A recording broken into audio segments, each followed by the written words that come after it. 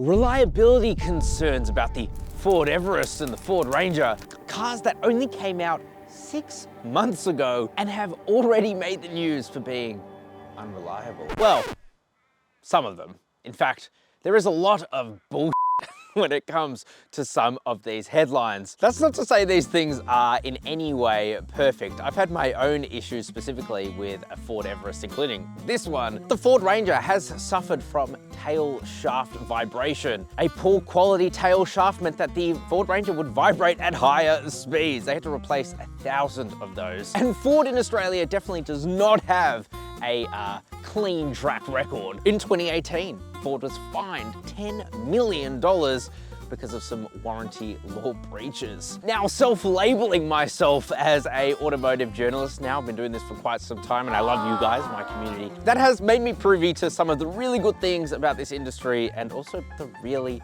bad things. And I'm not just talking about, reliability, I'm talking about practices in the media. The reality is there's a lot of articles that you will click on that you will feel enraged about because that's what they're designed to do. It's unfortunately the way that the game works, especially here on YouTube. Hell, I've definitely been guilty of having some pretty clickbaity titles. But one thing I really don't like is when things are just completely blown out of proportion, at least in my opinion. And I'm sure I'm gonna get quite a lot of this, but no, this post is definitely not sponsored by Ford. I have received zero money from them. They don't even know that I'm making this video. It's just something that I feel quite passionately about. And that is providing you, my audience, with a reasonable and balanced take on some of the issues that this thing has been having. Now, this is going to be a 3-part series. We're gonna take a look at the Everest, the Ranger, and the Ranger Raptor. We're gonna revisit them, and we're also gonna talk about some of the reliability issues, or perceived reliability issues,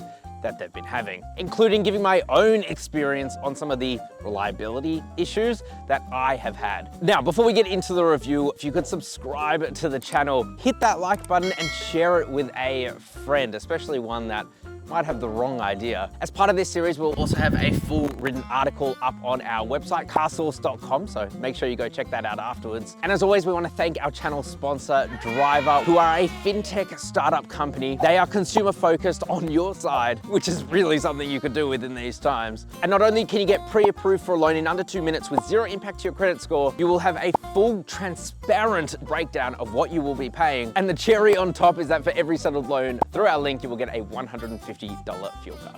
That's awesome. So head to our website, carsauce.com/finance, and let's get into this.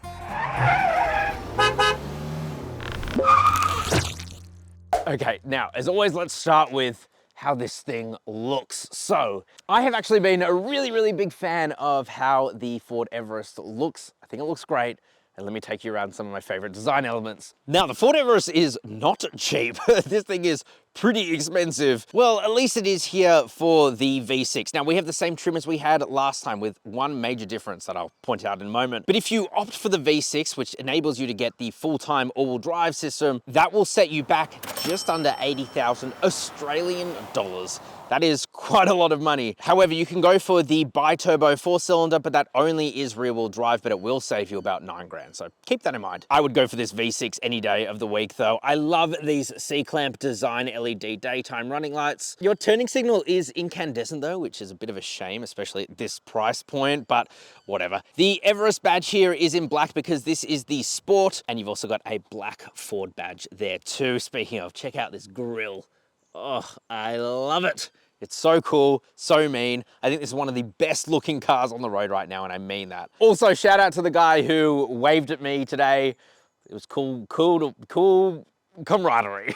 Let's check out the side. One of the things I love about the Ford Everest is just the amount of colors that you can get in it. I think that this blue is really special, but there's also an orange, which we reviewed last time. And after this review, go check that one out. First of all, look at the front end. I love how sharp it is there. They actually designed this with more aggression in mind. Check out these wheels here. Now, these are actually 18-inch wheels. This is a no-cost option, which you should definitely do, because not only does this make this thing so damn comfy on the roads because you've got nice thick rubber, it also gives you all-terrain tires straight out of the factory, unless you really want some bedazzled giant rims, but personally I don't. Check this out, the V6 badge here. That's how you know, at least from the side, that this thing has the V6 engine. We have the Sport badge here as well, and some plastic side steps, but they feel pretty robust. This thing has a 360 camera, and it's part of a towing package, which if you're going to buy one of these, you should definitely get, even if you're not going to tow, because it will really help with resale value. You've also got some really tinted privacy glass there and some roof rails at the top. But I mean, I really like this thing from the side. I think it is a very nice looking vehicle, very nice. Let's check out the back. Okay, so how about the bum on the Ford Everest? Well, check it out. I think it is one of the best looking SUVs on the road. I absolutely love this 3D effect to the taillights here. You've got the four-wheel drive badge here. This is how you know that this thing is a permanent four-wheel drive, or at least it has that ability. I love how Everest is spelt out there. Overall, I think that this is a really, really good looking SUV. My thoughts on that hasn't changed. And in my opinion anyway, looks is subjective. It's better looking than its competition. Let's check out the interior. Okay, let's talk about the interior now, and also talk about some of the reliability issues, and probably the main reliability issues that people have been having with their Ford Everest. It's really got nothing to do with the mechanicals of the car. The vibration issues with the Ford Ranger were very quickly jumped on top of by Ford, so got to give them props there. But it's really the tech issues that have been kind of annoying to me, and in fact have actually impacted on my reviews of these cars. So the previous Ford Everest I had actually had an issue with its drive mode selector. At the time, I thought that it was just like lighting or something like that. Maybe this drive mode selector here, which enables you to change through the different driving modes, which changes your engine response and transmission response. Something with that just wasn't working. But I could still change between the four-wheel drive. In fact, this whole unit here was not working. And the way I figured that out was after filming, we were filming in a paddock, I tried to drive up and I couldn't. I did make it eventually, but it was very confusing at the time. And now with this one, and it's not actually happening now, I've had this issue popping up with the parking brake. It says that there is a parking brake error, but it's not there now. It kind of comes and it goes. This drive mode selector issue, that would have needed to be fixed ASAP. This parking brake issue probably also should be fixed ASAP, except I don't know, it hasn't affected my driving, has not affected the driving safety aids, which I love in this car. As a quick tangent, this thing can essentially drive itself down a highway. Pretty much none of its competitors, except for the MUX, can do that, and the MUX just beeps and bongs at you all the time. This is non-invasive and it drives itself. But anyway, back to the reliability issues on hand. Something that I think you guys probably don't know about press cars is that they are thrashed. Thrash.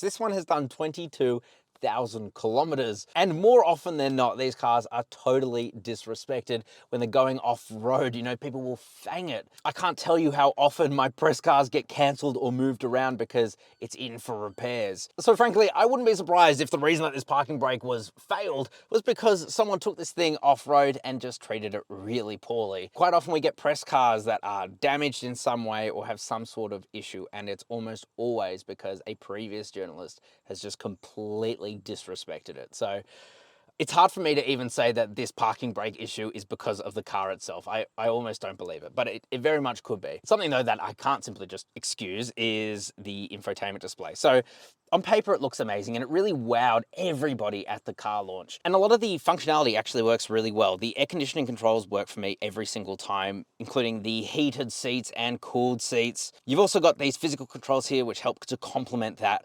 Really what it is the implementation of Apple CarPlay and Android Auto, which might seem minor, but it's really what you will mainly use in this car. So for example, the wireless Apple CarPlay, it constantly micro disconnects. So you'll be listening to a song and it will just cut out. So annoying. And it's happened across this, it happened across Ranger, it happened across Raptor, and it's still going on today. So I don't know why that hasn't been fixed yet, and I'm sure I'm not alone there. Also, sometimes it just freezes. It just stops working. Kind of the same with this digital instrument cluster. Usually I'm a massive advocate for it, but I kind of wish it wasn't even in here now because sometimes it just doesn't really work. I've had no issues with it over the past week, and you know, Ford do update their software, so they can definitely iron it out, but it is quite annoying. But again, this isn't isolated to Ford. We are in a massive transitionary period right now where car manufacturers are having to become tech companies first, car manufacturers second. I have the same issues with Volkswagens or even Toyotas, who are generally very, very safe and use very old technology with their cars. But it definitely does become more difficult as a lot more of the functions are put inside of the screen. For example, you have this really cool off-road screen, but you have to go in there to lock your rear diff. There's no switch here that you'd find in pretty much any other competitor. So even though you do get all these really cool displays here, you can change the camera, you can change the off-roading screen, when it doesn't work, it's incredibly frustrating. None of this stuff will stop you from driving. It's more just annoying. And a big annoyance for some of you out there is going to be that to be able to get like the technology fixed, you can't just take it to your local mechanic or even your auto electrician. You have to take it back to the dealer. So for some of you who live rurally or remotely, that should definitely be a consideration for you. But having spent a grand total of almost 2 months with these cars, it has never been an issue for me. And even though this car has 22,000 kilometers in 6 months time, it's still holding up really well. Speaking of, the interior quality within here is immaculate. Soft touch materials everywhere. The only car that comes close to this is the Isuzu MU-X. Being so tech focused, you do get quite a lot. You've got a wireless charger there. You've also got a USB-C port, a USB-A port. This also doesn't have the premium sound system, but the sound system in it is amazing. I can't tell you, it's so good. But most of all, I'm impressed with just how refined it is. Nothing comes close. They've really paid attention to the NVH of this car, or essentially how loud it is. You know, you're driving down the road in a Mitsubishi Pajero Sport, a car that admittedly is a lot cheaper. Not only can you hear a lot of the engine, it sounds like a diesel tractor, but it's also quite loud on the inside. You drive in this thing and it is almost pin drop silent. It's that good.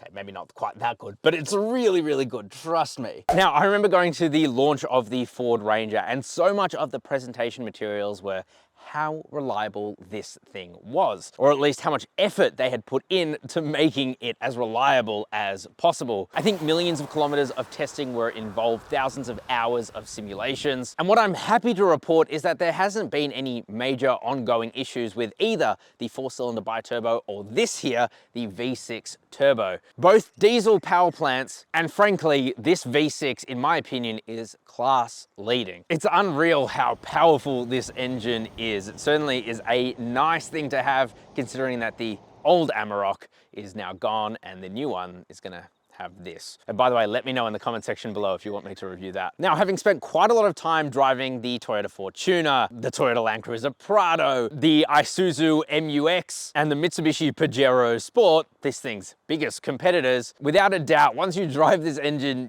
you don't want to drive the other ones. And that's not to say they're bad, but this thing is just so good. 184 kilowatt of power. That's huge for a diesel, and 600 Newton meters of torque. Now, they could probably tune this thing to be quite a lot of fun, but it's not tuned that way. It's tuned to be able to build power consistently. You put your foot down and the 10-speed auto drops as many gears as it needs to, and this thing just feels like it will keep going. I can't go too fast here on Australian roads, but I've gotten up to some pretty big speeds, and yeah, it just doesn't stop.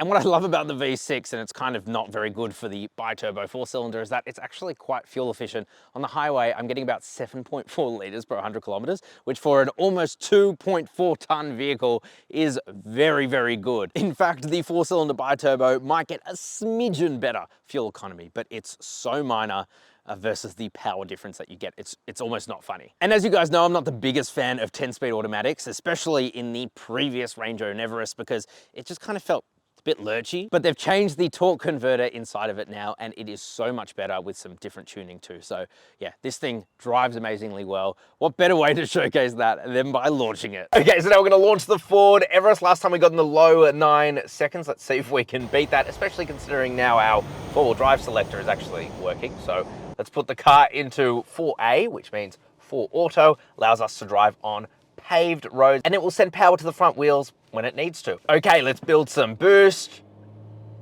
Here we go. Oh, that is really torquey. 10-speed auto, come on. Oh, 0 to 100 in 8.57 seconds. Yeah, I guess the 4-wheel drive does help.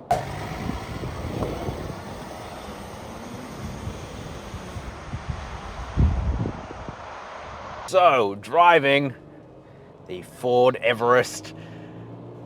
I love this engine, it's so good. And yeah, you gotta keep in mind that it's not gonna like break your neck with the speed, but it does a really good job of just pulling and pulling and pulling. You put your foot down, it will continue to climb up. I reckon it would reach 160 kilometers per hour with zero issues. It's just really torquey, really smooth, really nice. Call me a cynic, but being in this industry now, I know what people try to do. I know what organizations try to do, and that is get as many clicks as possible, because the more clicks you get on your website, the better it is for SEO traffic, the better it is for advertising dollars. And so, you know, when the news story officially broke that there were 2 people who had Ford Rangers and they weren't getting the service they need, which is totally unacceptable, you know, it created a whole hullabaloo. Generated a lot of traffic for these sites. But then you do a bit of research and you see that of like 27,000 Ford Rangers that have been delivered since mid-2022, 9 have had to be replaced. 9. That is an incredibly good hit rate from Ford. There's always going to be failures and things. Always, always, always, especially if it's a new product. So to only have to fully replace 9, frankly, I'm surprised it wasn't in the triple digits, in the hundreds, not just 9. So I'm not really gonna accept that the Ford Everest is unreliable, the Ford Ranger is unreliable. It is quite a bit of fun for a big fat SUV. And I think you've got to take all of those kind of stories with a pinch of salt, because at the end of the day, there hasn't been many issues at all with the engine or the transmission. And by the way, I'm not deflecting this onto Toyota in any way, but even the new Land Cruiser, that has issues with oil consumption. You know, it happens with new engines. And sure, if Ford had kind of doubled down and said, there are no issues, there's nothing wrong, I would have been like, well, tail shafts, they're not doing too well, mate. But they have. They've taken full ownership of it and they're replacing them when they need to. So I can't be mad at Ford, and probably neither should you. Here we are at Saucy Corner. Let's put this car into 4-wheel drive just to get maximum grip and get up this hill. I'm trying to remember how it went. I'm struggling. Let's see. Back end is coming around a bit, as you would kind of expect. It is a rear-wheel drive biased all-wheel drive system. By far the best handling off-road SUV out there. It's just like no competition. Okay, so the Ford Everest. Should it be on your consideration list? Well, let's address the elephant in the room that we have very clearly exposed. Reliability. Should you be concerned about it? No. That's not to say you won't have issues. Clearly, this thing does have some electrical gremlins. Not with the wiring itself, but with the lines and lines and lines of code required to make this thing go. Don't forget that that's in every single car, but this thing is full of technology. That's why I would say, if you're not a big advocate for these driver assist systems or the giant tablet displays or the digital instrument cluster, this car is probably not right for you, because like some users have reported and I have experienced, there are times in which the technology just doesn't work 100%. I'd say it works 99% of the time, but it's that 1% that might drive some people bonkers. Me personally, I would take this every day over the competition. It's by far the most refined. It has the best drivetrain available. Like anything brand new, less something as complicated as a combustion engine car. Yes, there will be some of these that frankly don't work, or at least don't work as intended. That's what your warranty is for. And although in the past, Ford could definitely have done a better job with their warranty support, I think the ACCC fine, combined with a change in culture, has certainly led its way for Ford Australia to not only own up to some of the issues that this car has been having, but being quite at the forefront of fixing them, increasing their customer service crew, etc. etc. You ask any product engineer out there, and if they have only ever had to fully replace 9 of about 26,000 products, that's a very, very good success rate. I'm sure some people, maybe some of you, have had issues with these cars in some way, whether it be the mechanical side or the technology side, and I really hope that a solution has been made And if not, you can email me at matt@carsauce.com. I'd love to hear and I'll forward it on to someone at Ford. But from where I stand, the Ford Everest is a really, really good 7-seat SUV, and it's where my money would go if I wanted a premium off-roader. But let me know what you guys think down in the comment section just below that like button. Please share this video with someone if you think that they could benefit from it. Like the video as well, and stay tuned for parts 2 and 3 because we're going to be taking a look at the Ranger and the Raptor. In the meantime, if you want to watch our Everest review, it's over there, and our Ford Ranger review there. And click over there if you guys need financing. We will help you get the best rates for you. All right, ciao for now.